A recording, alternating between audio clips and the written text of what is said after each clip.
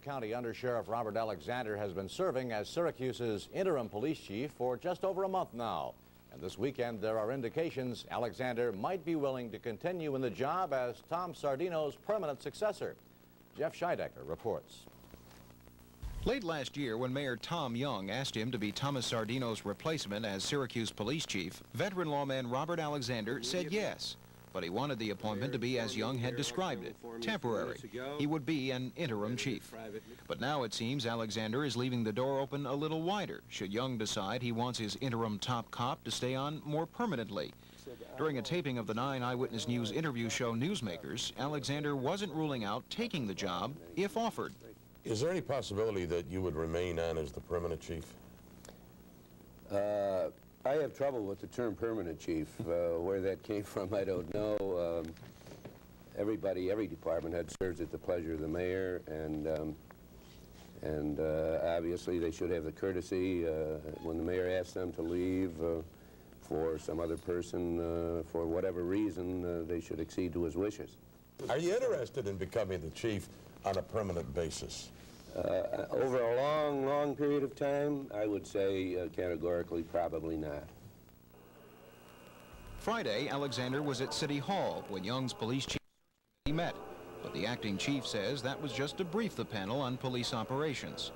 He has not, says Alexander, sent in a resume, but he will if asked. And during the Newsmakers taping, Alexander was talking like a man who might want to be around for a while. I have promised the mayor that within a short period of time, hopefully maybe the end of this week or the first of next week, that I will give him an overview of the staffing. I will give him an overview of my suggestions as to what should occur in terms of upward mobility promotions.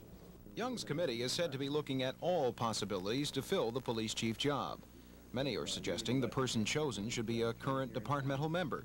And it seems this weekend that Robert Alexander might be persuaded to hang in for a while.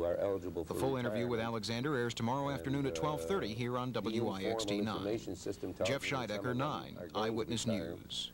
Gasoline prices dropped by 4 cents a gallon in some parts of central New York last week, and New York State's Energy Commissioner predicts the trend will continue.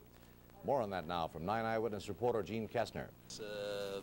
William Cotter believes we haven't seen the last of price reductions on gasoline. A year ago, unleaded fuel was topping off at more than $1.20 a gallon. But in recent weeks, the price has dropped to around $1.12 a gallon, and Cotter says it won't stop there.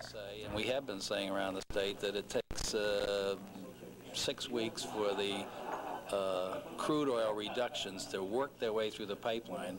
Companies will tell you, well, we're still selling you the stuff we paid more money for, but in 4 or 6 weeks you'll see the results. It's not happening anymore.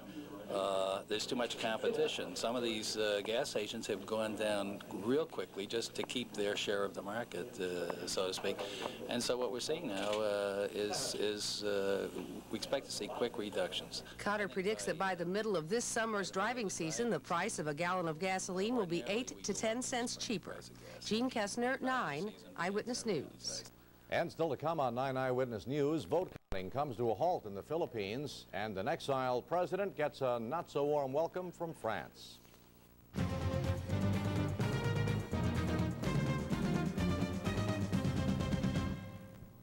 Say, what's so new about New York's new instant lottery? What's new? Now you can win $100,000 instantly. I'm talking big smackaroos. I'm talking simoleons. I'm talking instant cash. 100,000? Or you could win a chance to spin a weekly jackpot wheel that could be worth millions. Millions? I'm talking big buckaroos. I'm talking spandolas. I'm talking giant greenbacks. Play New York's new instant lottery. It's now worth a lot more. I'm talking gobs of gold. I'm talking multitudinous moolah. Moolah.